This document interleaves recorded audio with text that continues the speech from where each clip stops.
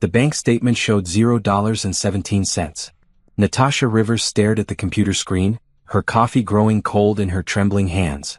Their joint savings account, the one that had contained $200,000 just 3 months ago, was empty. 20 years of careful saving gone. Her daughter's college fund, their retirement money, the emergency fund they'd built dollar by dollar since Zoe was born. She clicked refresh, hoping it was some kind of error. The numbers didn't change. Her husband Robert wasn't home. He'd been disappearing for hours lately, always with his phone, always smiling in that secretive way that made her stomach twist. She thought maybe he was planning a surprise for their 20th wedding anniversary next month. Now she wondered if she'd been the one about to get surprised. Natasha's hands shook as she clicked through months of bank statements. The withdrawals had started small in January. $500 here, $1,000 there. By March, Robert was moving money in huge chunks. $10,000, $20,000, $50,000 at once. Each withdrawal was authorized with his digital signature. Each one was legal. Each one was destroying their family's future. She grabbed her phone and called the bank. "Mrs. Rivers, I see you're calling about your joint savings account," the customer service representative said. "Your husband has been quite active with transfers lately. Where did the money go?" Natasha asked, her voice barely steady. "I show multiple wire transfers to an overseas account.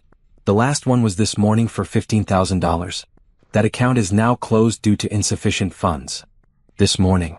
Robert had kissed her goodbye at 7:30, said he was going to work early. Instead, he'd been at the bank, sending away the last of their money to some stranger. After hanging up, Natasha sat in their kitchen, the one they'd remodeled 5 years ago with money from her promotion. Everything around her represented years of careful planning and sacrifice. The granite countertops they'd saved for. The new appliances they'd researched for months. The family photos on the refrigerator showing happier times.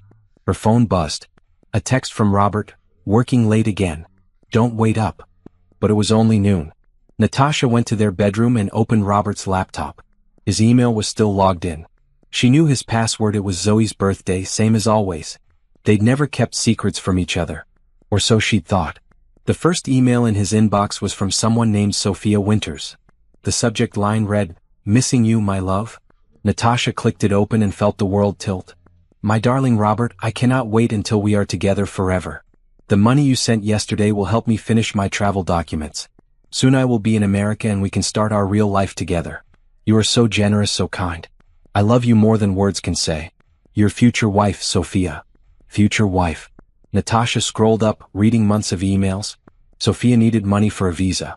For travel expenses. For medical bills after a car accident. For legal fees to access her inheritance. Each email came with photos of a beautiful young woman with long blonde hair and striking blue eyes. Each email ended with promises of eternal love and gratitude for Robert's investments in their future together. The amounts mentioned in the emails added up to exactly what was missing from their accounts. Natasha found a folder labeled Sophia Photos, with hundreds of pictures. Professional-looking shots of the same woman in different outfits and locations. Beach photos, city photos, photos in expensive restaurants and luxury hotels. In every single one, the woman looked like she'd stepped out of a magazine. Her phone rang. It was her friend Patricia from down the street. "Natasha, honey, I hope I'm not overstepping, but I saw Robert at the coffee shop this morning on my way to work. He was on his phone and he was crying. Happy crying, I think. He kept saying, 'I love you too,' over and over. I just wanted to make sure everything was okay." Natasha hung up without answering. She found Robert's phone records next. Hours of international calls to the same number. Calls that started in January and had become daily by March. Some lasting for hours. All while she thought he was working late or running errands. The home office door was locked. It was never locked. Natasha found the spare key in the kitchen drawer and opened it.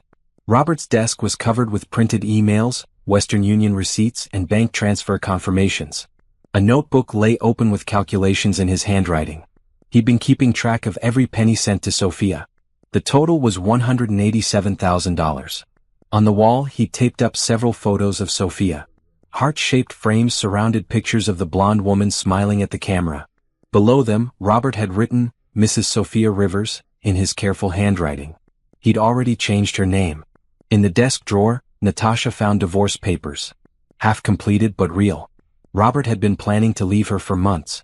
The papers cited irreconcilable differences, but requested no alimony, no division of assets. He was going to walk away with nothing except whatever money he could send to his online girlfriend first. Natasha's legs gave out. She sat on the floor of the office, surrounded by evidence of her husband's betrayal, and finally understood. Robert hadn't just been having an affair. He'd been systematically destroying their marriage to fund a fantasy relationship with someone who probably didn't even exist. Her daughter Zoe would be home from school in 3 hours. How was she supposed to explain that their college savings were gone? That their house might be foreclosed on? That the man who'd raised Zoe since she was born had chosen a stranger over his own family? The front door opened. Robert was home early. "Natasha," he called. "Why is my office door open?" She heard his footsteps coming closer. In a moment, he would find her sitting here surrounded by the evidence of what he'd done. There would be no more secrets, no more lies.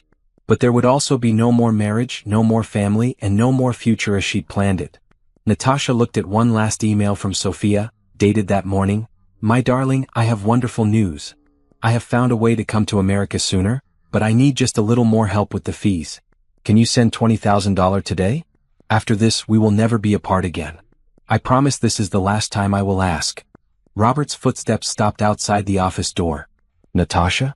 What are you doing in here?"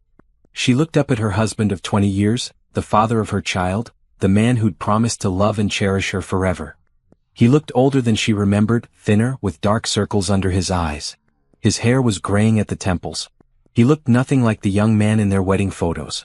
Nothing like the successful, handsome husband Sophia probably imagined she was talking to. "I know about Sophia," Natasha said quietly. Robert's face went white, then red. Then he smiled, and it was the most terrifying expression she'd ever seen on his face. "Good," he said. "Now I don't have to pretend anymore." Robert walked into his office like he owned the world.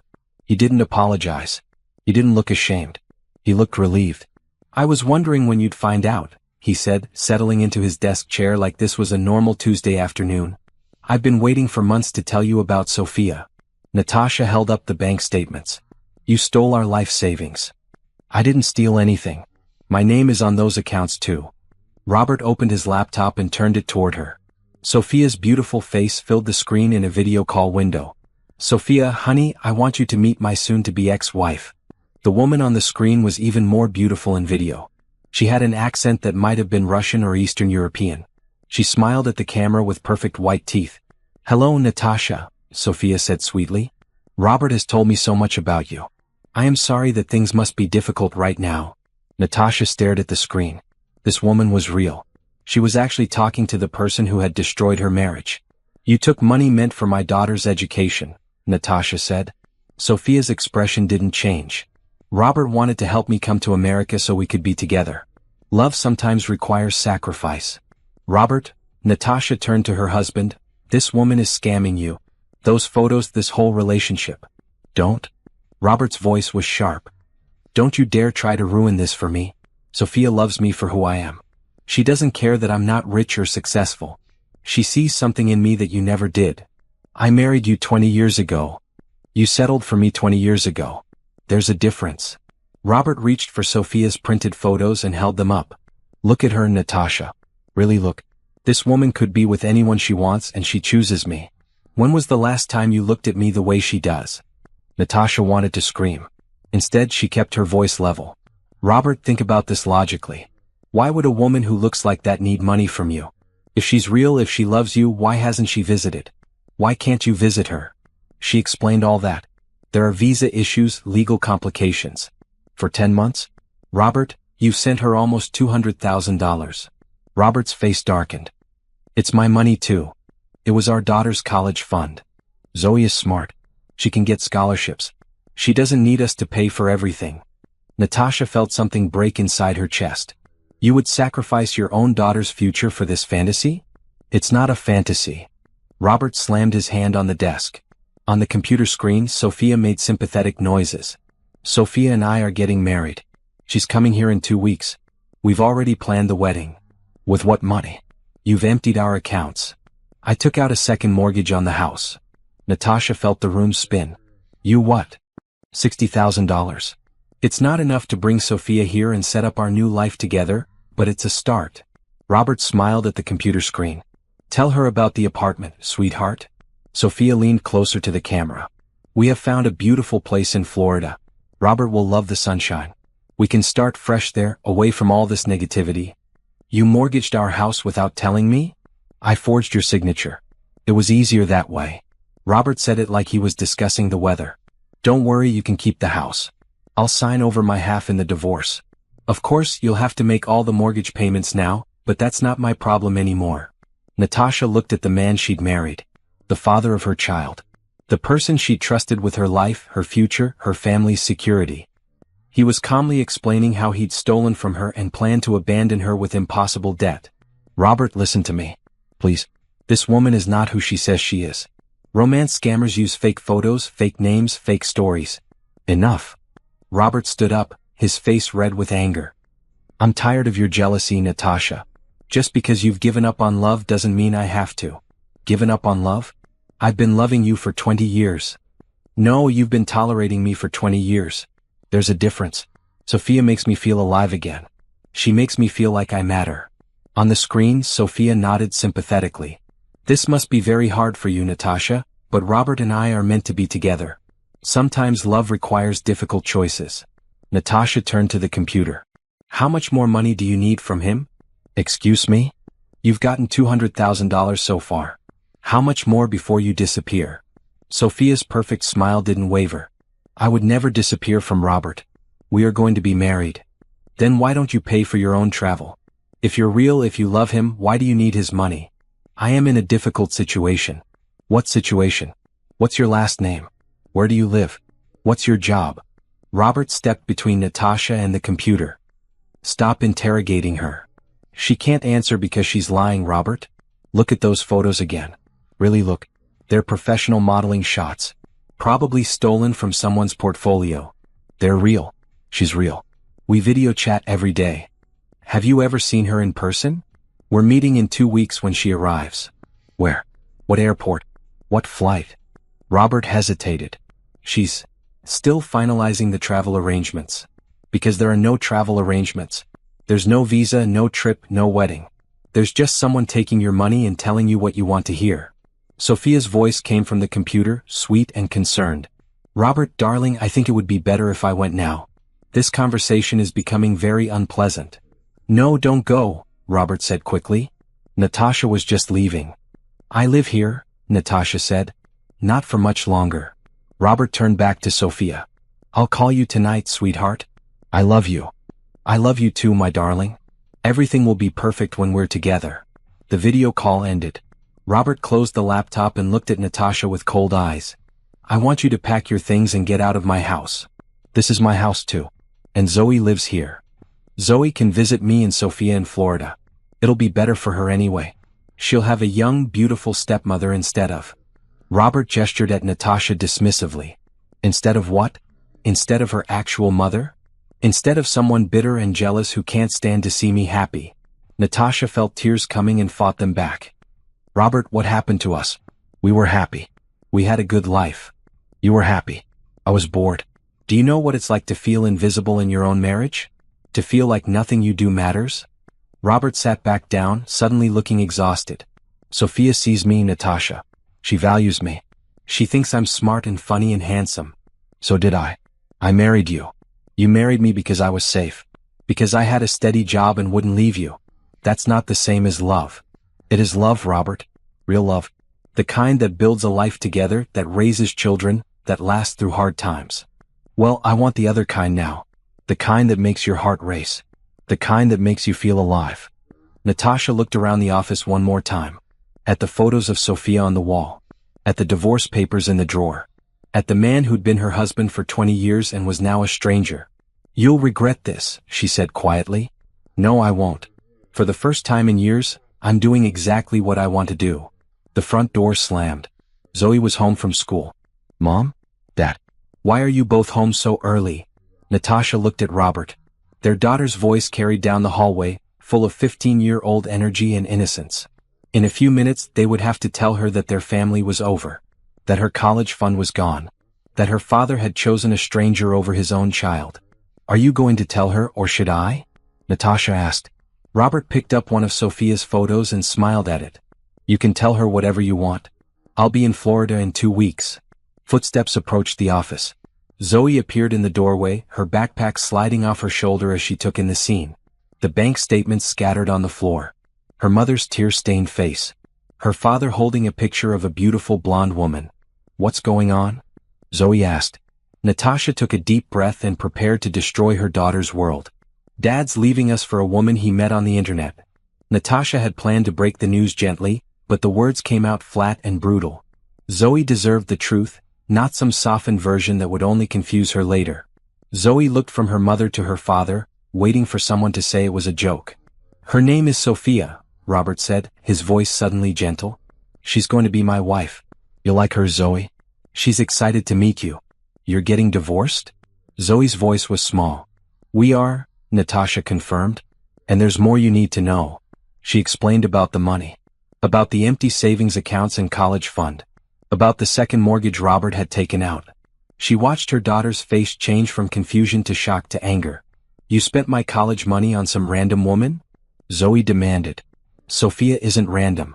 She's the love of my life," Robert said. "And you're smart enough to get scholarships. You don't need our money." "Our money? It's not your money anymore. You gave it all away." Zoe was shouting now, tears streaming down her face. "How could you do this to us? How could you do this to Mom? Your mother and I haven't been happy for years. It's better this way." "Better for who? Better for you and your internet girlfriend? What about me? What about Mom? What about our family?" Robert stood up, avoiding his daughter's eyes. "I'm going to stay at a hotel until I leave for Florida. This will be easier if we don't see each other for a while." "Easier for you," Natasha said. After Robert left, Natasha held her sobbing daughter on the living room couch. Zoe cried for an hour, the kind of deep, body-shaking sobs that come from genuine heartbreak. When she finally stopped, her face was red and swollen, but her eyes were sharp with anger. "Mom, Dad's being scammed." "I know. No, I mean really scammed. Those photos he showed me? I've seen them before. That woman is a model named Isabella Kozlov. Her pictures are all over the internet." Natasha sat up straighter. "How do you know that?" "I reverse searched the images on my phone while you were talking." "Mom, that woman isn't even the person Dad's been talking to. Someone stole her photos and is using them to catfish him." "Can you prove it?" "I already did. Look." Zoe pulled out her phone and showed Natasha a modeling portfolio website. Isabella Kozlov, age 24, from Ukraine. Professional model and Instagram influencer. She has 2 million followers and a boyfriend who posts pictures with her all the time. She's never even been to America. Natasha stared at the phone screen.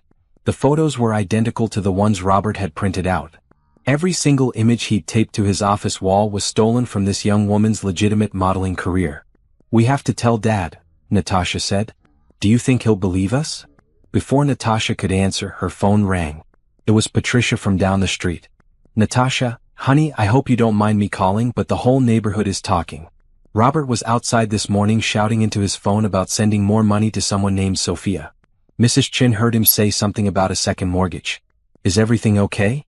After Natasha hung up, her phone kept ringing.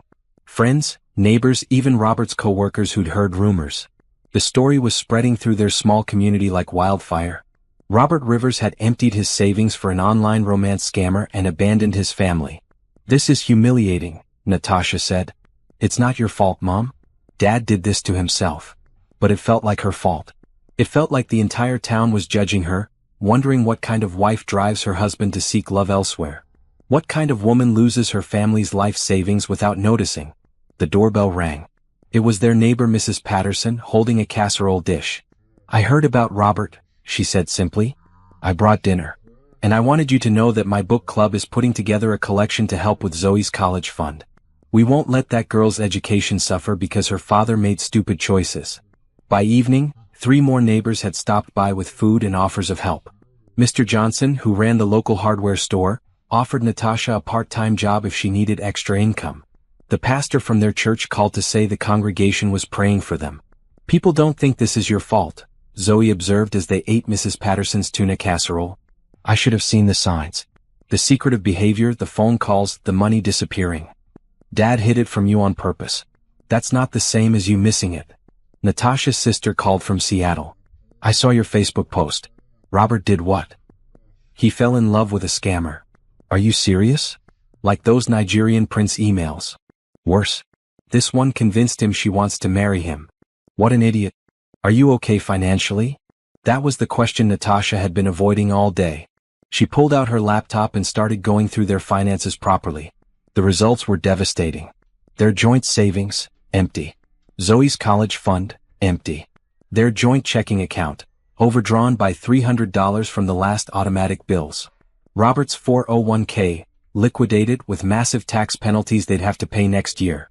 The house, mortgaged for $60,000 more than they owed, with payments they couldn't afford on Natasha's salary alone. We're broke, she told Zoe. Worse than broke. We owe money we don't have.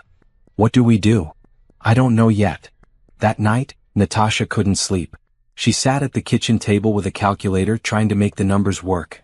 Even if she took on extra work, even if they cut every possible expense, she couldn't make the new mortgage payments. They would lose the house within 6 months. At midnight, her phone buzzed with a text from Robert. Sophia's travel visa came through early. She's arriving tomorrow instead of next week. I'm flying to Miami to meet her. I wanted to let you know so you don't worry. Natasha stared at the message. After everything that had happened, Robert still thought she'd worry about him. After stealing their life savings and abandoning his family, he was still expecting her to care about his well-being. She typed back, "The woman you're meeting is not Sophia. Her real name is Isabella Kozlov and she's a Ukrainian model. Someone stole her photos to scam you." The reply came immediately, "Stop trying to ruin this for me. I know what's real. Ask her to video call you from the airport. I don't need to prove anything to you anymore. Robert, please. Just ask her to call you. If she's really there, if she's really coming to meet you, she'll be happy to talk. Goodbye, Natasha. I hope someday you can be happy for me." Natasha set her phone down and stared out the kitchen window at their backyard. The swing set Robert had built for Zoe when she was 7. The garden they'd planted together last spring. The life they'd created over 20 years, now reduced to assets that would be sold to pay debts.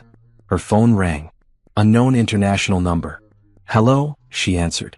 "Is this Natasha Rivers?" The voice was heavily accented, nothing like Sophia's smooth English from the video calls. "Yes. My name is Detective Boris Petrov with International Fraud Division. We have been investigating romance scam network. Your husband Robert Rivers has been sending money to criminals operating from Eastern Europe. We need to speak with you." Natasha gripped the phone tighter. "How did you get my number?" "We have been tracking money transfers. Your husband sent very large amounts. We need information to stop these criminals from hurting other families." "Are you saying Sophia isn't real?" "Sophia is name used by criminal organization. They use stolen photos, fake identities. Your husband is victim, but he is also helping criminals steal from other people by continuing to send money." After the call, Natasha sat in the dark kitchen and felt something new growing inside her chest. Not just heartbreak or fear, but anger. Pure, clean anger. Robert hadn't just betrayed his family. He'd been helping criminals destroy other families too. And he was about to walk into a trap in Miami, carrying whatever money he had left. She thought about calling him back, trying one more time to warn him. Then she remembered his last text. "I hope someday you can be happy for me." Happy for him. Happy that he'd destroyed their daughter's future for a fantasy. Happy that he'd chosen strangers over his own family. Happy that he'd left them broke and humiliated while he chased his delusion to Florida. Natasha deleted his number from her phone. If Robert wanted to learn the truth about Sophia, he could learn it the hard way. Zoe didn't go to school the next day. Instead, she sat at the kitchen table with 3 laptops, her tablet, and a notebook covered in meticulous handwriting. "Mom, look at this." She turned one of the laptops toward Natasha. The screen showed a website called Romance Scam Survivors, with hundreds of posts from people who'd been victimized. "I've been reading all night. Dad's not the only one. There are thousands of people getting scammed by these fake Sophias and fake Isabellas and fake Anastasias." Natasha read over her daughter's shoulder. The stories were heartbreakingly similar. Middle-aged men, often going through difficult times in their marriages or careers, contacted by beautiful young women online. The women always needed money for visas, medical emergencies, legal fees. The men always believed they were in love. "Look at this one." Zoe pointed to a post dated 3 weeks ago.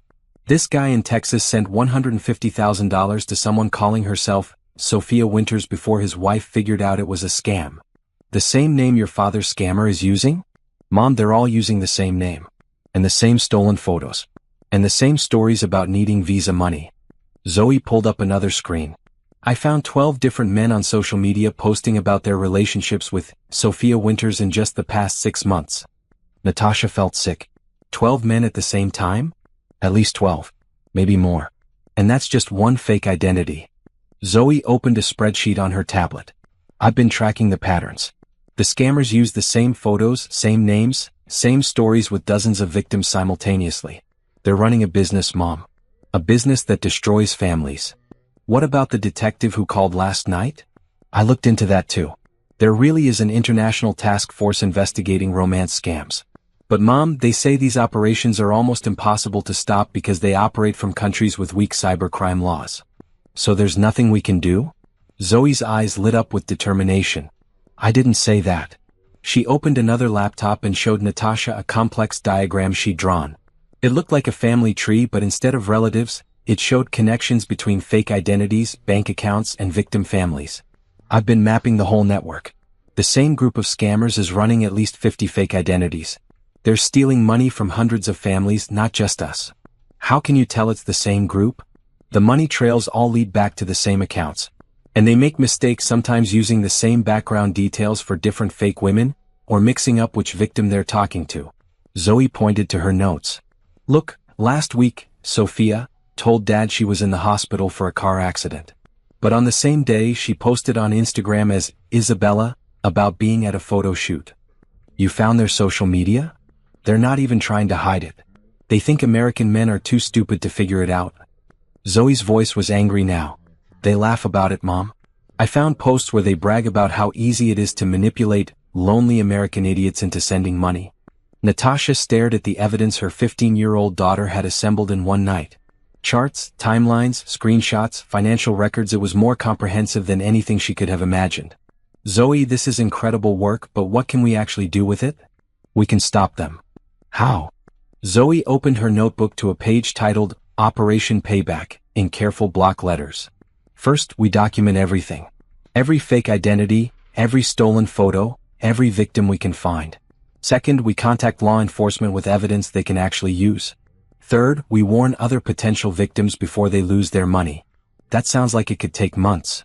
It'll take as long as it takes. Mom, these people destroyed our family. They're destroying hundreds of other families right now while we're sitting here talking. We can't just let them get away with it. Natasha looked at her daughter, really looked at her. Zoe had inherited Robert's analytical mind and Natasha's stubborn determination. But she'd also inherited something neither parent possessed. A 15-year-old's absolute faith that justice was possible. What about school? This is more important than school right now. Besides, it's basically a computer science project. What about your father? What about him? He made his choice. He chose some fake woman over his real family. Now he can live with the consequences. The coldness in Zoe's voice startled Natasha.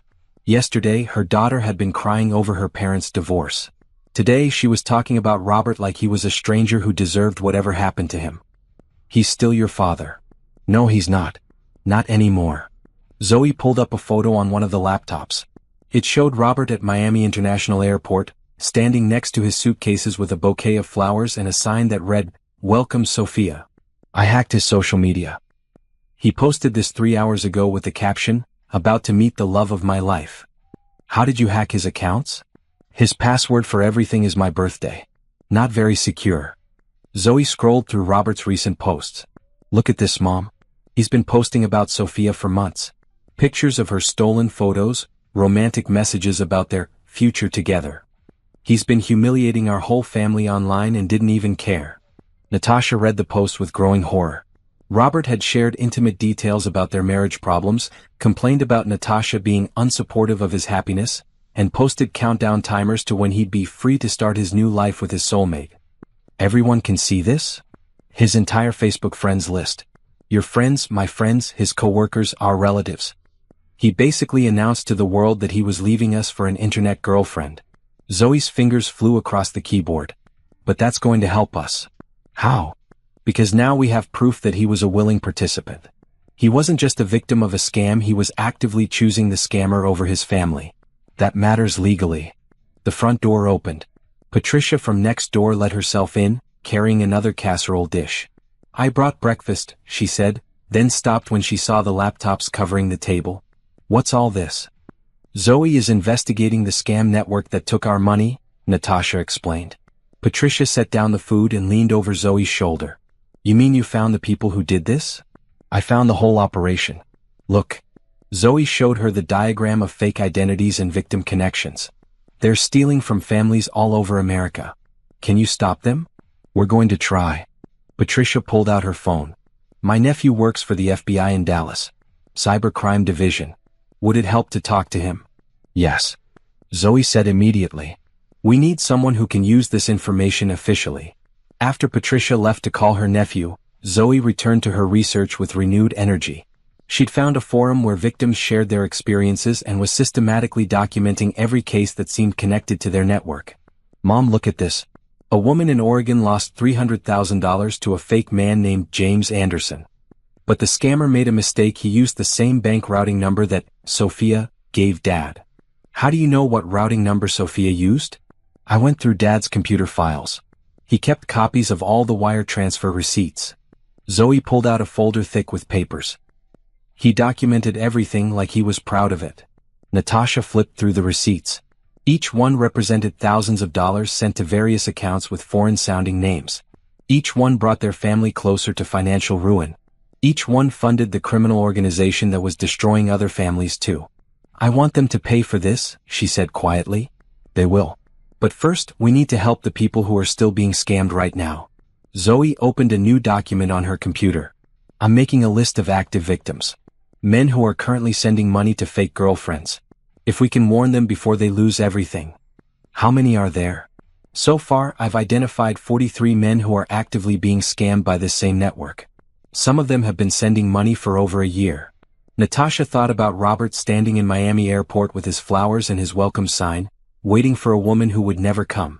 In a few hours he'd realize he'd been played. His fantasy would crumble and he'd have to face what he'd thrown away for nothing. She should feel sorry for him. Part of her did. But a larger part of her felt something colder and more satisfying. Your father is about to learn a very expensive lesson. Good, Zoe said without looking up from her screen. Maybe it'll stop him from helping these criminals steal from other families. The phone rang. It was Patricia's nephew from the FBI. Mrs. Rivers? This is Agent Tom Peterson. My aunt says your daughter has uncovered information about an international romance scam network. She's found extensive evidence connecting multiple fake identities and hundreds of victims.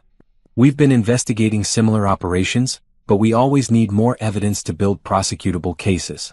Would you and your daughter be willing to come in and share what you've found? After hanging up, Natasha looked at Zoe, who was still typing furiously on her laptop. The FBI wants to meet with us. Perfect. I'll have everything organized by tomorrow. Zoe paused and looked up at her mother.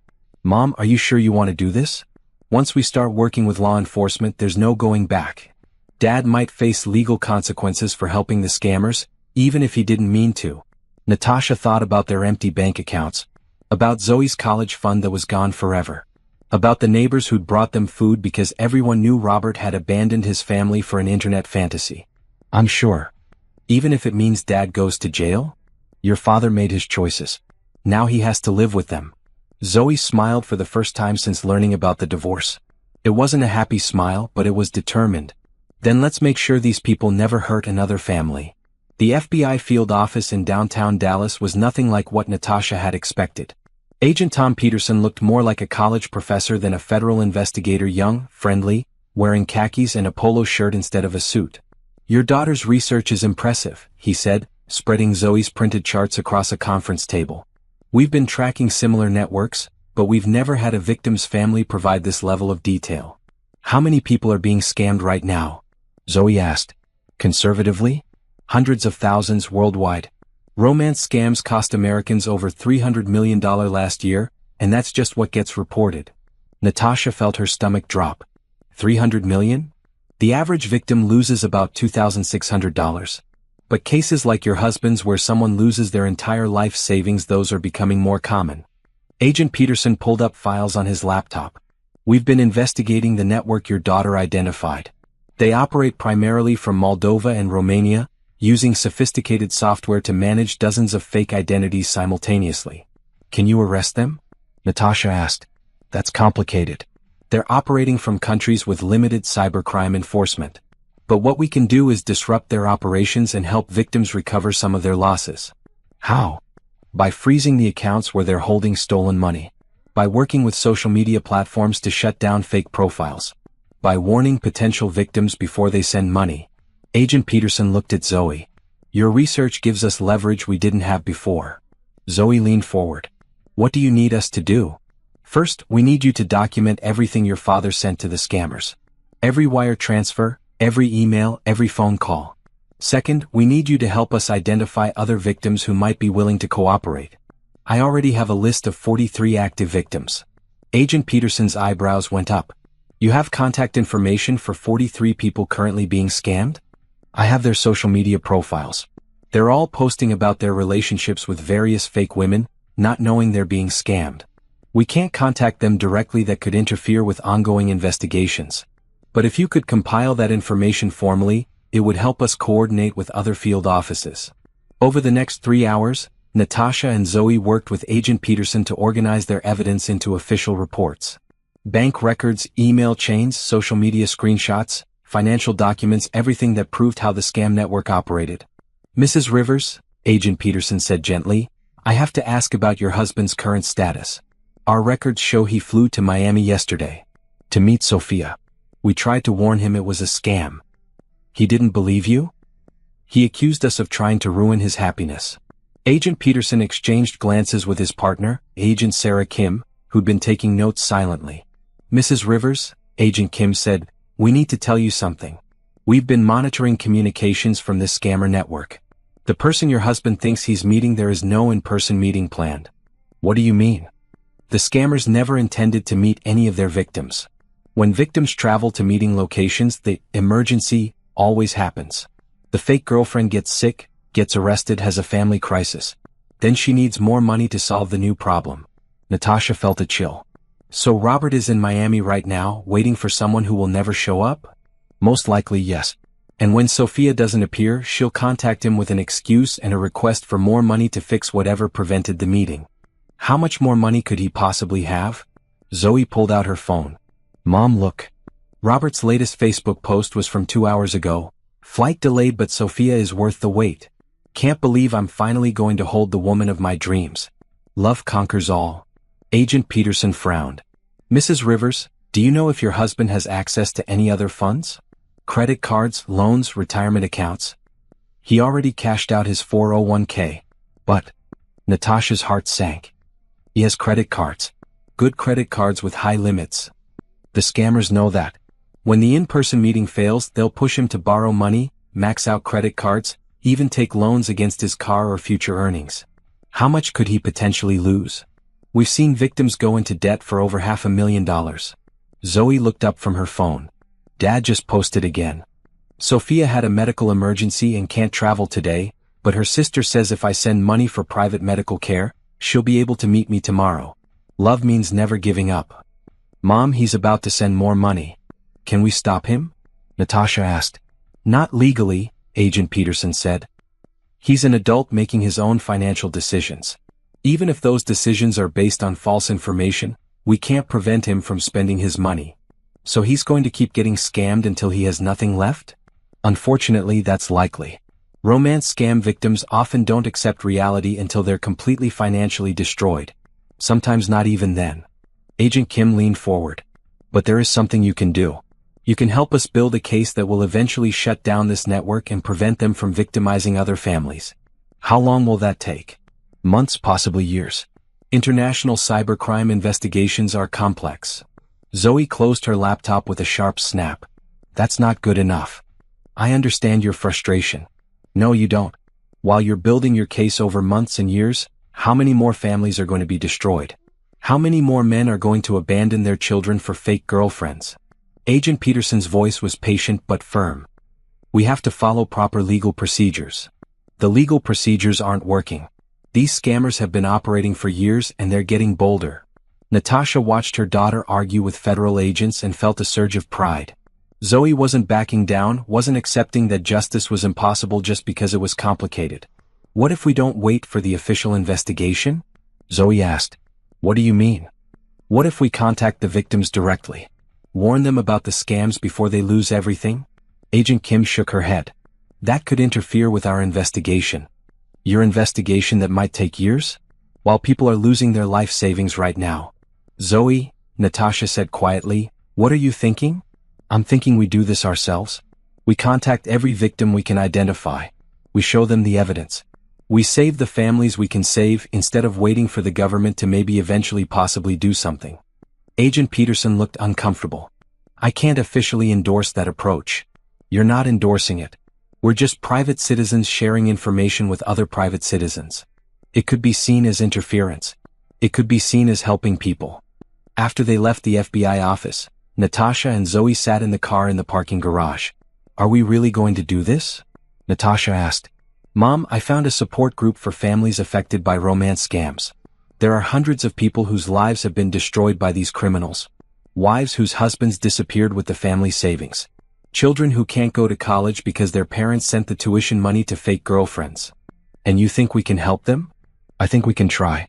The FBI is going to follow proper procedures and maybe, eventually, possibly help some future victims. But what about the people being scammed right now? What about their families? Natasha thought about Patricia's casserole dishes. About the neighbors who'd offered help without being asked. About the book club raising money for Zoe's college fund. How do we start? Zoe pulled out a notebook filled with names and contact information. I've already started. I found email addresses for 12 wives whose husbands are currently being scammed by the same network that got Dad. Have you contacted any of them? Not yet. I wanted to ask you first. Zoe looked at her mother seriously. Mom, if we do this, some of these marriages might not survive. Some of these men might get angry at their wives for interfering. Some of these families might blame us for ruining their happiness. Like your father would blame us. Exactly like Dad would blame us. Natasha thought about Robert standing in Miami airport with his welcome sign. About the divorce papers in his desk drawer. About 20 years of marriage reduced to a legal document dissolving their partnership. Your father already made his choice. Maybe we can help other families before they have to make the same choice.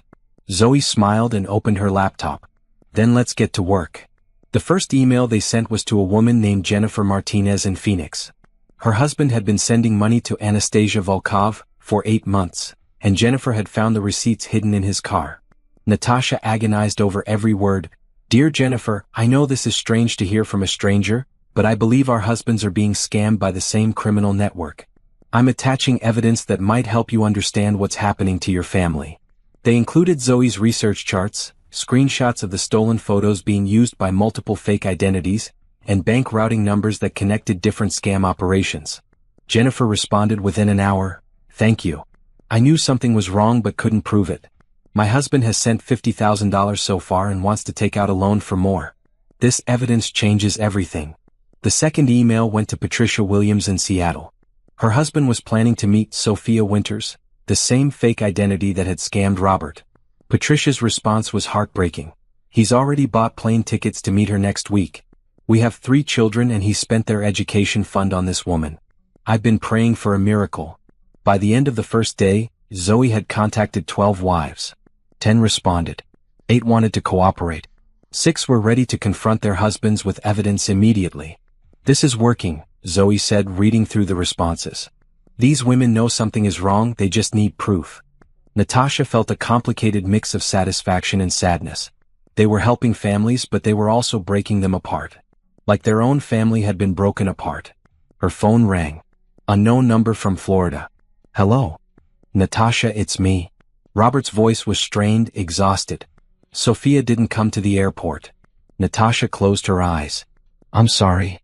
She had a medical emergency. She's in the hospital. I need to wire her money for the treatment, but my credit cards are maxed out. I need you to send me $5,000. Robert, no. She's dying, Natasha. The woman I love is dying in a foreign hospital, and I can't help her because I don't have enough money. She's not dying. She's not even real. Don't start with that again. Robert, listen to me. Sophia Winters isn't a real person. Her photos are stolen from a Ukrainian model named Isabella Kozlov. The scammers are using those photos to scam dozens of men at the same time. That's impossible. I video chat with her every day. With software that can alter faces in real time. Or with a different person pretending to be Sophia. You're lying. Natasha put the phone on speaker so Zoe could hear. Zoe found the real Isabella Kozlov's social media accounts. She's in a relationship with someone else and has never heard of you. Zoe is 17 years old. She doesn't know anything about adult relationships.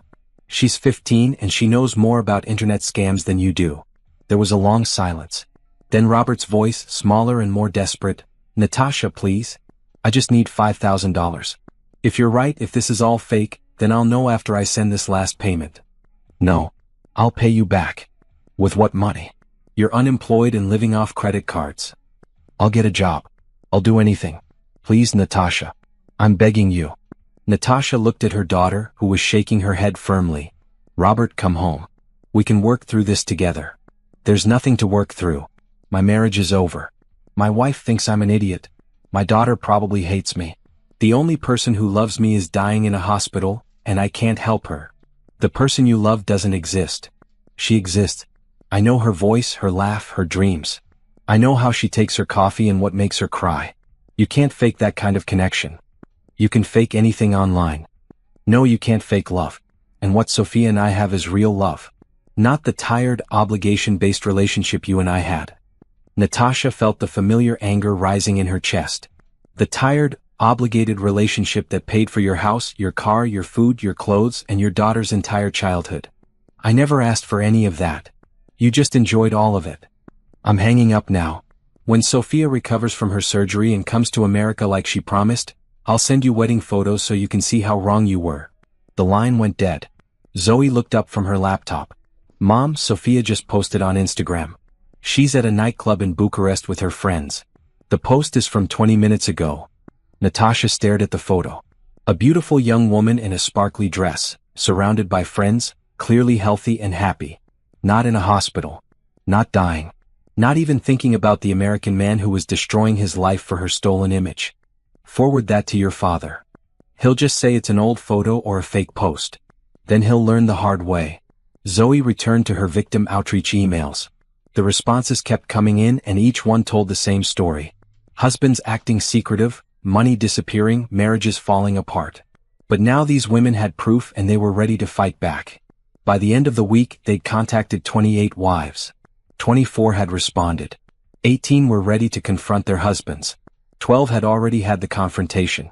The results were mixed. Some men accepted the evidence and stopped sending money immediately. Others, like Robert, refused to believe the truth and doubled down on their delusions. But in every case, the wives now knew they weren't crazy, weren't paranoid, and weren't alone. We're making a difference, Zoe said, reading through the latest emails. Look at this one from Jennifer Martinez. My husband looked at your evidence and broke down crying. He admitted he'd been living in a fantasy and wanted to get counseling. We're not sure if our marriage will survive, but at least we're not losing any more money. And this one from Seattle? Patricia Williams says her husband canceled his trip to meet Sophia and is working with their bank to reverse some of the wire transfers. She thinks they might recover about 20% of what he sent. That's something.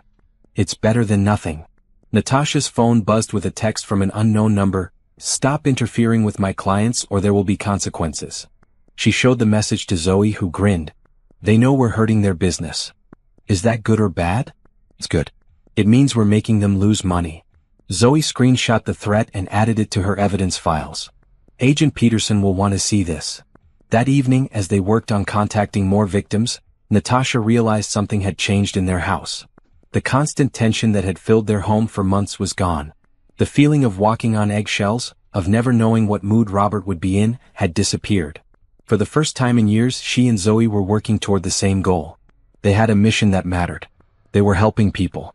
Mom, Zoe said, looking up from her laptop, are you happy? It was such a simple question, but Natasha had to think about it. Was she happy? Her marriage was over. Her savings were gone. Her future was uncertain. But she was sitting in her kitchen with her brilliant daughter, fighting criminals and helping families. She was making a difference in the world. She was no longer powerless. I think I am, she said. Are you? I'm happy we're doing this together. I'm happy Dad isn't here making everything about him and his fake girlfriend. I'm happy we're helping people instead of just sitting around feeling sorry for ourselves. Even though your college fund is gone? We'll figure that out. Maybe I'll get scholarships. Maybe I'll take out loans. Maybe I'll start a career helping people avoid internet scams. Zoe smiled. Besides, I'm learning more doing this than I would in any computer science class. That night, Natasha slept better than she had in months.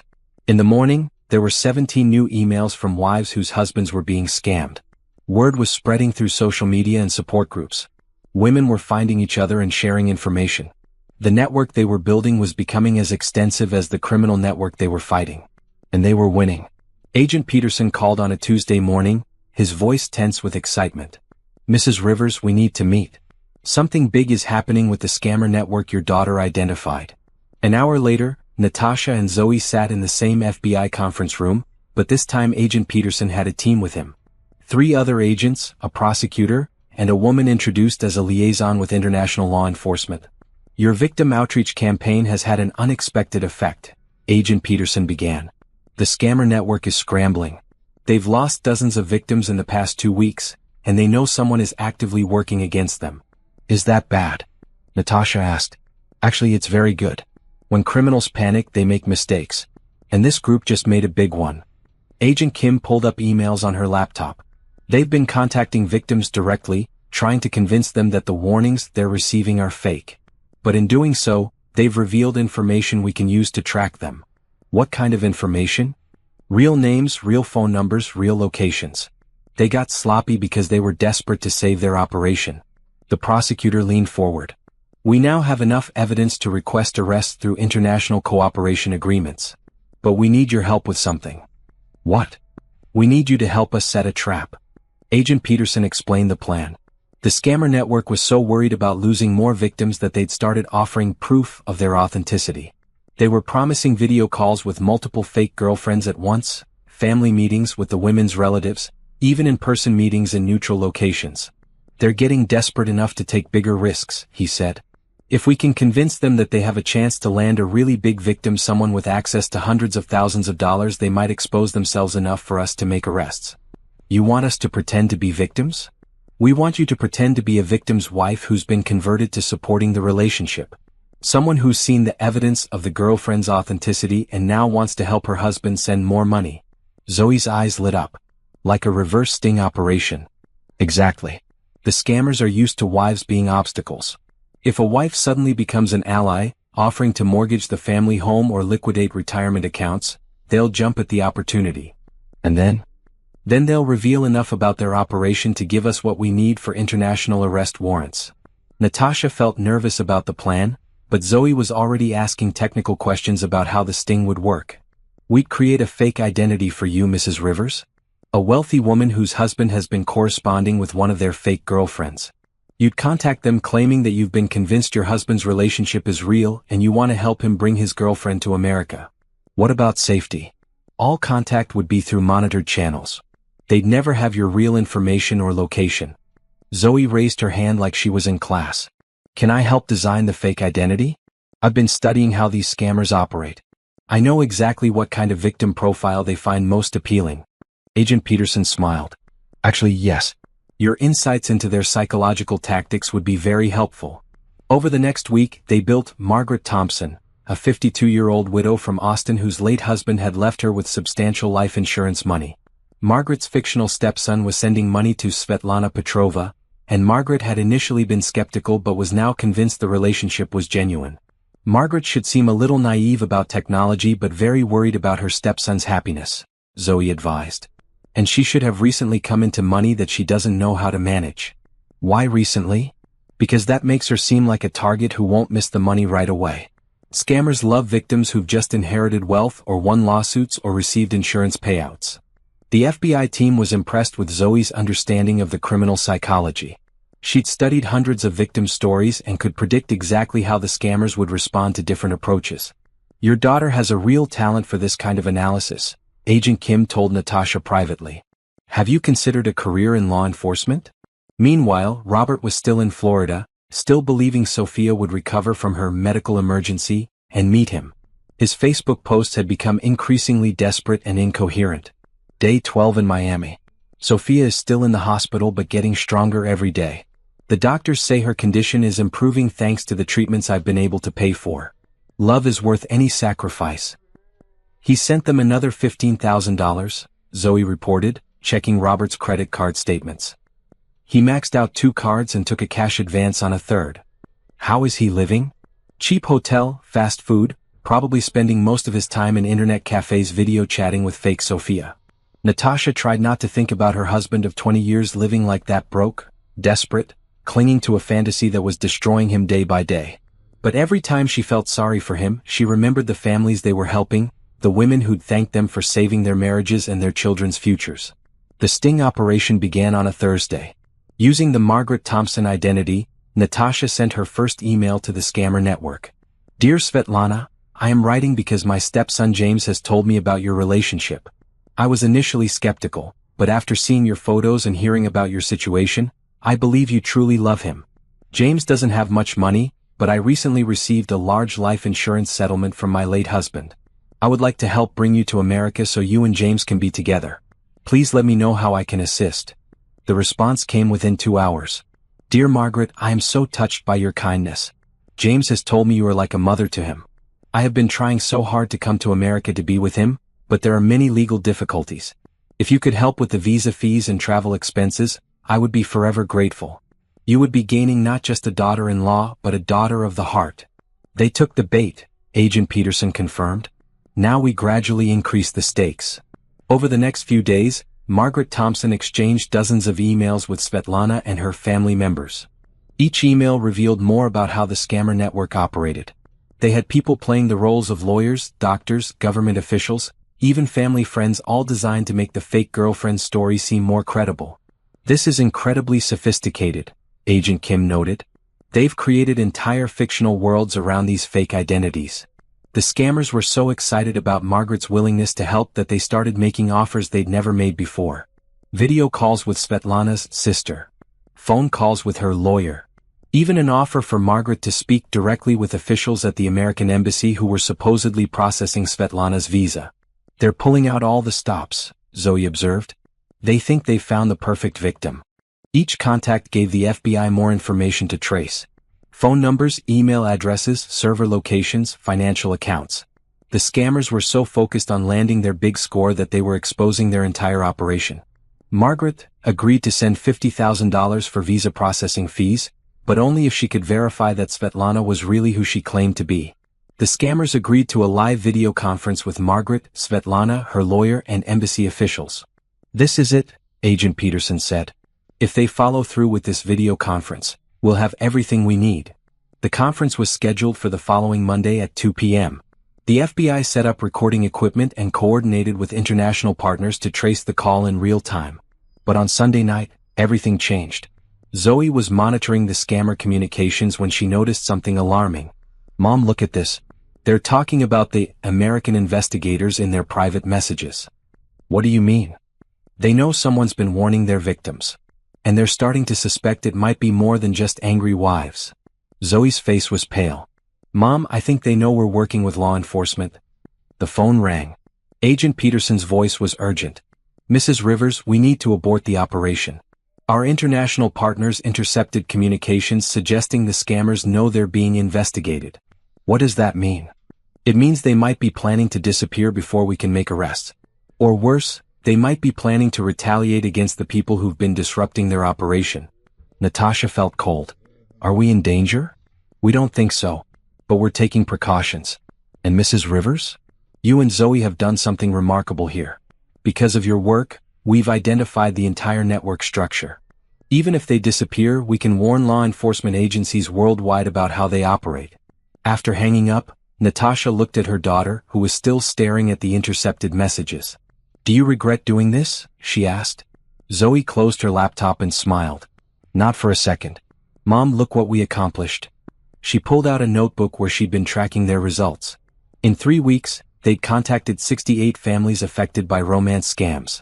43 had been able to stop sending money to scammers. 26 marriages had been saved. An estimated $2.3 million in future losses had been prevented. And the FBI has enough evidence to shut down this entire network, even if they escape arrest this time. What about your father? What about him? Natasha's phone buzzed with a text from Robert. Sophia disappeared.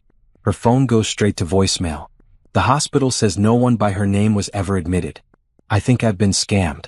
She showed the message to Zoe, who shrugged. Too little, too late. He's your father, Zoe. He's lost everything. He chose to lose everything. We tried to warn him. Zoe stood up and stretched. Mom, I'm proud of what we did. We helped people. We fought back against criminals. We didn't just sit around feeling sorry for ourselves.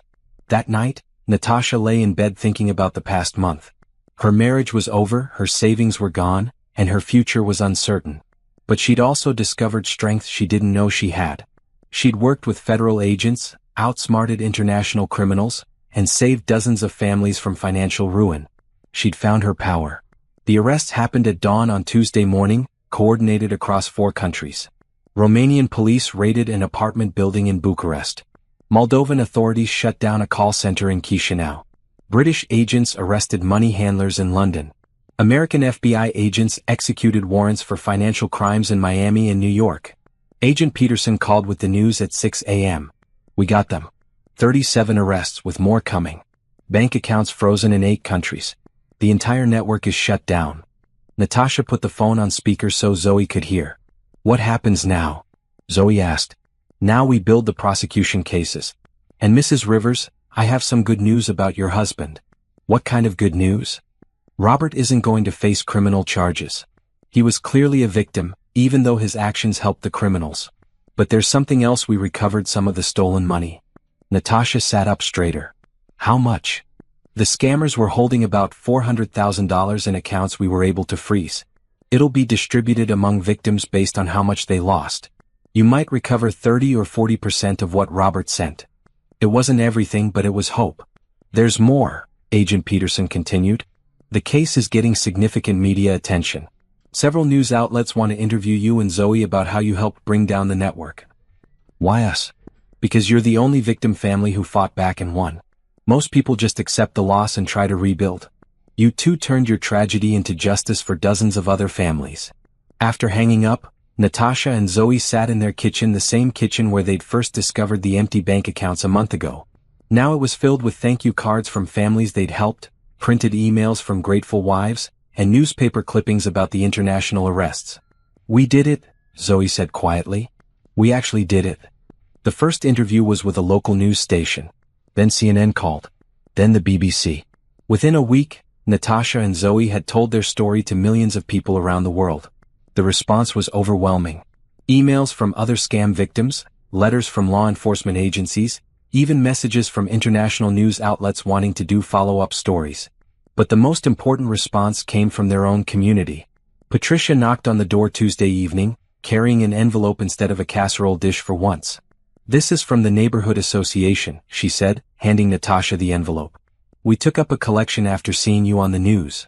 Inside was a check for $15,000 and a letter signed by 43 neighbors, for Zoe's college fund and for 2 heroes who made our community proud. We can't accept this, Natasha said. Yes, you can. You saved dozens of families from what happened to yours. You turned something terrible into something good. Let us help you the way you helped them. More help came from unexpected places. A cybersecurity company in Austin offered Natasha a job in their fraud prevention department. The University of Texas offered Zoe an early admission program with a scholarship for students interested in digital forensics. Mom, look at this, Zoe said, reading from her laptop. The FBI wants to hire me as a consultant for cybercrime cases. Part-time while I'm in college. You're 15. I'll be 16 when I start college. And apparently, I'm good at catching criminals. Robert returned from Florida on a Thursday, looking thin and defeated. He moved his things out of the house without saying much to either of them.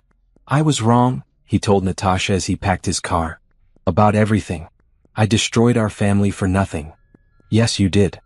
I don't expect you to forgive me. Good, because I don't. He looked toward the house, where Zoe was visible through the window, working on her laptop. Will you tell her I'm sorry? Tell her yourself. She won't talk to me. I wonder why. Robert finished loading his car and paused with his hand on the driver's door. I saw the news stories. What you and Zoe did stopping those scammers, that was impressive. It was necessary. I know I don't have the right to say this, but I'm proud of you both. Natasha looked at her husband of 20 years, now a stranger who'd betrayed his family for a fantasy. Your pride doesn't mean anything to us anymore, Robert. He nodded and drove away. The divorce was finalized 6 weeks later. Robert signed over his half of the house and agreed to pay child support when he found steady employment. He moved into a small apartment across town and started seeing a counselor who specialized in helping romance scam victims. "Do you think he'll be okay?" Zoe asked one evening. "Eventually. But that's not our responsibility anymore." "Do you miss him?" Natasha thought about it carefully. "I miss the man I thought he was. But I don't think that man ever really existed." The criminal trials began 8 months later. Natasha and Zoe testified via video link to courts in Romania and Moldova. Their evidence helped convict 31 scammers, who received sentences ranging from 5 to 15 years in prison. The lead prosecutor in Bucharest sent them a letter. "Your courage in fighting back against these criminals helped us shut down one of the largest romance scam networks in Eastern Europe. Your actions have protected thousands of potential victims." But the most satisfying moment came during the victim impact statements. Jennifer Martinez from Phoenix testified about how Natasha and Zoe's warning had saved her marriage and her family's financial future. Patricia Williams from Seattle brought her 3 children to court to thank the prosecutors for stopping the scammers who almost destroyed their family. Dozens of other families shared similar stories. Lives saved, marriages preserved, children's college funds protected, all because 2 people had decided to fight back instead of just accepting their loss. "The defendants stole money," the judge said in his final statement. "But Mrs. Rivers and her daughter stole something more valuable from the criminal network. They stole their power to hurt families." The financial restitution came through gradually. Insurance settlements, recovered funds, civil judgments against the arrested scammers. Over 18 months, Natasha and Zoe recovered about 60% of what Robert had stolen from their accounts. It wasn't everything, but combined with Natasha's new job and the community support, it was enough. More importantly, they discovered something neither of them had known: they possessed the ability to take control of their own story. "Mom," Zoe said one evening, reading a thank you email from another victim family, "do you ever wonder what would have happened if we just accepted what Dad did and tried to move on? We'd have been victims forever. Instead, we became heroes. We became ourselves." The last surprise came on a Saturday morning, almost a year after Robert had first emptied their bank accounts. Agent Peterson called with unexpected news. "Mrs. Rivers, we just arrested 3 more scammers who were operating under new identities. They had files on their computers with your real names and address." "What kind of files?" "They were planning retaliation against you and Zoe for disrupting their original network. But don't worry, they're in custody now, and they won't be getting out anytime soon." After hanging up, Natasha realized she wasn't scared. A year ago, the idea of criminals targeting her family would have terrified her. Now it just made her angry. "Should we be worried?" Zoe asked. "No. We should be proud. We scared them badly enough that they wanted revenge. That means we really hurt their operation." "Good." That afternoon, they received an official commendation from the FBI director and a congressional resolution recognizing their extraordinary contribution to combating international cybercrime.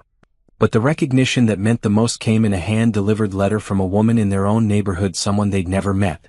"Dear Mrs. Rivers and Zoe, you don't know me, but my sister in Oregon was one of the families you helped save from a romance scammer. She told me your story, and I wanted you to know that there are dozens of children who will be able to go to college because of what you did. There are marriages that survived because of your courage. There are families that stayed together because you fought back. Thank you for showing us that ordinary people can do extraordinary things when they refuse to accept injustice. You are an inspiration to all of us." "Mom," Zoe said, reading over Natasha's shoulder, "we really did change people's lives. We changed our own lives too." That evening, they worked together in their kitchen, preparing dinner and planning Zoe's college applications. The house felt peaceful in a way it never had when Robert lived there. The constant tension, the walking on eggshells, the feeling that something was always wrong, all of that was gone. "Are you happy?" Zoe asked, the same question she'd asked months earlier. "I'm proud," Natasha said. "I'm strong. I'm independent. I'm exactly who I want to be. That sounds like happiness to me. What about you? Any regrets?" Zoe looked around their kitchen, now decorated with awards, thank you letters, and photos from the families they'd helped. "My only regret is that it took Dad betraying us for us to discover how powerful we are." 2 years after the divorce, Natasha's life looked nothing like she'd imagined it would.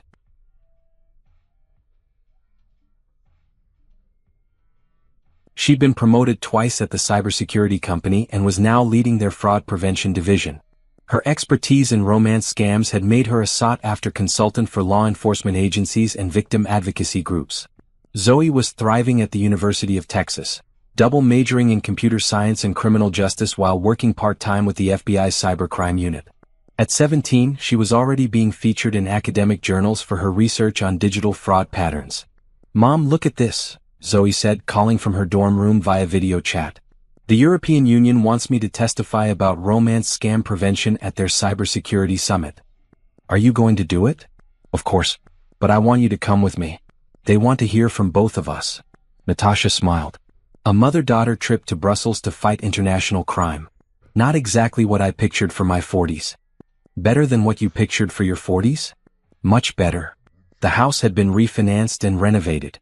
The office where Robert had planned his escape from their marriage was now Natasha's home studio, where she recorded training videos for law enforcement and spoke at virtual conferences about cybercrime prevention. The walls were covered with certificates, awards, and photos from victim families they'd helped. Where Robert had once taped pictures of his fake girlfriend, there were now thank you letters from real families whose lives had been saved. "Mrs. Rivers?" The voice on her phone belonged to Agent Peterson, now a close friend rather than just a professional contact. "I have news about Robert." "Good news or bad news?" "Complicated news. He's getting remarried." Natasha felt a brief flash of something, not jealousy exactly, but surprise that he'd found someone willing to take on a man who'd proven himself capable of abandoning his family for a fantasy. "To someone real, I hope?" "Yes, someone real. A woman he met in his support group for scam victims. She was scammed too, lost her retirement savings to a fake boyfriend. They seem to understand each other." "That's actually good. I hope he's learned something." "There's more. He wants to send child support payments directly to Zoe instead of going through the court system. He says he knows he doesn't deserve to be part of her life, but he wants to make sure she has what she needs for college." "What does Zoe think?" "You'd have to ask her. But Mrs. Rivers, there's something else. Robert has been volunteering with a victim advocacy group, sharing his story to help other men recognize romance scams. He's apparently quite effective at it." After hanging up, Natasha called Zoe to tell her about her father's new developments. "He's getting married?" Zoe's voice was neutral, neither happy nor upset. "Apparently. Good for him, I guess. At least this time he's marrying someone real. He wants to send your college money directly to you." "I don't need his money, Mom. I have scholarships and my FBI consulting work. But if he wants to send it, I'll put it in a fund for other kids whose parents get scammed." "You don't want any relationship with him?" Zoe was quiet for a moment. "Mom, he chose a fantasy over his real family. He abandoned us when we needed him most. The fact that he's trying to be a better person now doesn't change what he did to us. You might feel differently when you're older." "I might. But I doubt it. You and I built something amazing together after he left. We helped dozens of families, we became stronger people, we created the life we wanted. Why would I want to go back to the person who almost destroyed all of that?" That evening, Natasha had dinner with Michael Chin, a fellow cybersecurity expert she'd been dating for 6 months. He was brilliant, kind, and nothing like Robert. Most importantly, he admired her strength and intelligence instead of feeling threatened by it. "How do you feel about your ex-husband remarrying?" he asked over dinner. "Relieved mostly. It means he's someone else's responsibility now." "No lingering feelings?" "Only gratitude." "Gratitude? If Robert hadn't betrayed us, I never would have discovered what I was capable of. I'd still be living a safe, small life, letting someone else make the important decisions." Natasha smiled. He thought he was trading up when he chose his fantasy girlfriend over his real family. But actually, Zoe and I were the ones who traded up. From what to what? From being victims to being heroes. From accepting what happened to us to taking control of our story. Later that week, Natasha received an invitation that surprised her. The International Association for Cybercrime Prevention wanted to give her and Zoe their annual award for outstanding contribution to victim advocacy. The ceremony was in Washington, D.C. Dozens of law enforcement officials, cybersecurity experts, and victim advocates would be there. Zoe flew in from Austin, and they spent the morning before the ceremony walking around the city. "Do you ever think about what our life would be like if Dad hadn't gotten scammed?" Zoe asked as they stood in front of the Lincoln Memorial. "Sometimes. We'd probably be living quietly in the suburbs, worried about normal things like mortgage payments and parent-teacher conferences." "Sounds boring." It was boring. I was bored for 20 years and didn't even realize it. "Are you bored now?" Natasha laughed. "Definitely not. Yesterday I helped the DEA track down a cryptocurrency fraud scheme. Today I'm receiving an award from international law enforcement. Tomorrow I'm flying to Seattle to train FBI agents on romance scam detection. Boring is not the problem anymore. At the ceremony, they sat in the front row as the presenter read their accomplishments. In the 18 months since they first contacted law enforcement, Natasha and Zoe Rivers have helped identify over 200 romance scam victims, prevented an estimated $4.7 million in losses, and provided evidence that led to the arrest and conviction of 47 international cybercriminals. When they walked on stage to accept the award, Natasha looked out at the audience of law enforcement officials and crime fighters and realized something profound. She belonged here. This wasn't something she'd stumbled into by accident. This was who she'd become by choice. When my husband first betrayed our family, she said into the microphone, I thought my life was over. I thought I was powerless, that I had no choice but to accept what had happened and try to rebuild from nothing. She looked at Zoe standing beside her with her own medal. But my daughter taught me something important. She taught me that we always have a choice. We can accept injustice or we can fight it. We can remain victims or we can become advocates. We can let criminals win or we can make sure they lose. The applause was thunderous, but Natasha barely heard it. She was thinking about Robert, somewhere across the country, starting over with his new wife who understood what it felt like to be scammed. She hoped he was happy. She hoped he'd learned from his mistakes. She hoped he'd become a better person. But mostly she hoped she never had to think about him again. After the ceremony, she and Zoe had dinner at a nice restaurant near the hotel.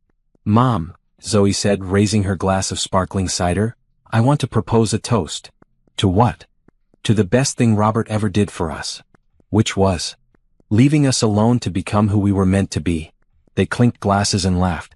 Outside the restaurant window, Washington, D.C. buzzed with the energy of people making important decisions, fighting important battles, changing the world in small but significant ways. Natasha Rivers was one of those people now. Not because her husband had betrayed her, but because she'd chosen to fight back when betrayal tried to destroy her. She'd chosen to win. 5 years after Robert had emptied their bank accounts for his internet fantasy, Natasha stood in her new office on the 15th floor of a downtown Dallas high-rise.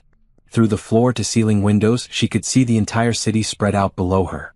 Director Rivers, her assistant knocked on the door, the CNN crew is here for your interview. Director. Natasha still smiled every time someone used her title. Director of the National Romance Scam Prevention Center, a federal task force she'd helped create and now led. The center had prevented over $50 million in losses and had resulted in the arrest of more than 300 international scammers. The CNN interview was about the center's latest success, shutting down a massive scam operation that had been targeting elderly victims. But halfway through the interview, the reporter asked the question Natasha had been expecting. Director Rivers, we understand your personal involvement in this field began when your own family was victimized. Can you tell us about that? My ex-husband fell victim to a romance scammer and emptied our life savings, Natasha said calmly. At the time it felt like the end of the world. But it turned out to be the beginning of something much more important. Do you ever see your ex-husband anymore? Rarely. He's built a new life and so have we. What she didn't tell the reporter was that she'd seen Robert just 2 weeks ago, at Zoe's college graduation. Zoe had graduated summa cum laude with her double major at age 19 and had already been accepted to Harvard Law School with a full scholarship. The FBI had offered her a permanent position after graduation, but she'd decided to pursue her law degree first, specializing in international cybercrime prosecution. Robert had asked permission to attend the graduation ceremony, and Zoe had surprisingly agreed. I want him to see what I accomplished without his help, she told Natasha. I want him to see what we both accomplished after he left. At the ceremony, Robert looked older than his 55 years. His hair was mostly gray now and he'd gained weight. He sat in the back with his new wife, a quiet woman named Helen who smiled nervously and didn't make eye contact with Natasha or Zoe. After the ceremony, Robert approached them carefully. Congratulations, Zoe. I'm proud of you. Thank you, Zoe replied politely but without warmth. I saw the article about your mother's promotion to director. That's quite an accomplishment. She's accomplished a lot of things since you left. Robert winced but pressed on. I want you both to know that I understand what I did to our family. I've been in therapy for years and I work with other scam victims now. I tell them my story so they don't make the same mistakes I made. That's good, Natasha said. I'm glad you're helping people. I know I can't undo the damage I caused, but I want you to know that not a day goes by that I don't regret what I threw away. Zoe looked at her father for a long moment. Dad, the difference between you and Mom is that when something terrible happened, she decided to make sure it never happened to other families. You decided to feel sorry for yourself for 5 years. That's not fair. It's completely fair. Mom turned our tragedy into a career helping thousands of people. What did you turn your tragedy into? Robert had no answer for that. Now, finishing her CNN interview, Natasha thought about that conversation. Robert was trying to rebuild his life, and she genuinely hoped he succeeded. But his attempts at redemption didn't change the fact that he'd chosen to destroy his family for a fantasy. More importantly, his betrayal didn't define her story anymore. She'd taken control of that story and written a better ending. Her phone buzzed with a text from Zoe, now in her second year at Harvard. Saw your CNN interview online. You looked amazing. By the way, I have news: the Department of Justice wants me to intern with their International Cybercrime Division this summer. I'll be working on cases that target the same types of scammers that got Dad. Natasha smiled and typed back, perfect. Fighting crime runs in the family now. That evening she had dinner with Michael, who'd proposed 6 months ago. Their wedding was planned for the fall, a small ceremony with close friends and colleagues. Zoe would be the maid of honor. Any regrets about how your life turned out? Michael asked over dessert. About which part? The betrayal, the divorce, the financial devastation, or the complete reconstruction of my entire existence? All of it. Natasha thought about the question seriously. You know what? No regrets. Really? If Robert hadn't betrayed us, I'd still be living a safe, predictable life in suburbia. I'd be married to someone who took me for granted, working a job that didn't challenge me, waiting for someone else to solve the world's problems. And instead, I run a federal task force that saved thousands of families from financial ruin. My daughter is going to Harvard Law and planning to prosecute international criminals. We've helped rewrite federal laws about cybercrime. We've turned our worst experience into our greatest achievement. You turned your tragedy into triumph. We turned our tragedy into purpose. Later that night, Natasha sat in her home office, reviewing cases for the next day. The walls were covered with thank you letters from families they'd helped, awards from law enforcement agencies, and photos with FBI directors, senators, and international crime-fighting officials. In the bottom drawer of her desk, she kept one item from her old life: the bank statement showing $0.17 that had started everything. She looked at it sometimes to remember how far they'd come. Her computer chimed with a new email. Another family asking for help, another husband who'd been sending money to a fake girlfriend, another wife desperate to save her marriage and her children's future. Natasha opened a new case file and got to work. Miles away, in a small apartment across town, Robert sat alone in his living room while his wife Helen worked the night shift at the hospital where she was a nurse. He scrolled through news articles about Natasha's latest achievements, about Zoe's academic successes, about the federal task force that had grown out of their response to his betrayal. He'd seen the CNN interview earlier. Natasha looked confident, professional, powerful. She looked like a woman who'd found her true calling, who was making a real difference in the world. She looked like someone who didn't need him and never had. On his coffee table sat a framed photo of him and Helen at their small wedding 2 years ago. They were both smiling, both older, both carrying the scars of having been deceived by people who claimed to love them. Their relationship was built on mutual understanding of what it felt like to lose everything to a scammer's lies. It was a good relationship, a healing relationship. But it wasn't the epic romance he'd thought he'd found with Sophia. It was real life, quiet, steady, sometimes boring real life. Robert had learned to appreciate boring. He picked up his laptop and opened the document where he'd been writing his memoir about falling victim to a romance scam. His therapist had suggested it as a way to process his experiences. The victim advocacy group where he volunteered thought it might be helpful for other potential victims to read. The working title was How I Lost Everything for Nothing, a romance scam survivor's story. But lately he'd been thinking about changing it to How My Family Won Everything After I Lost It All.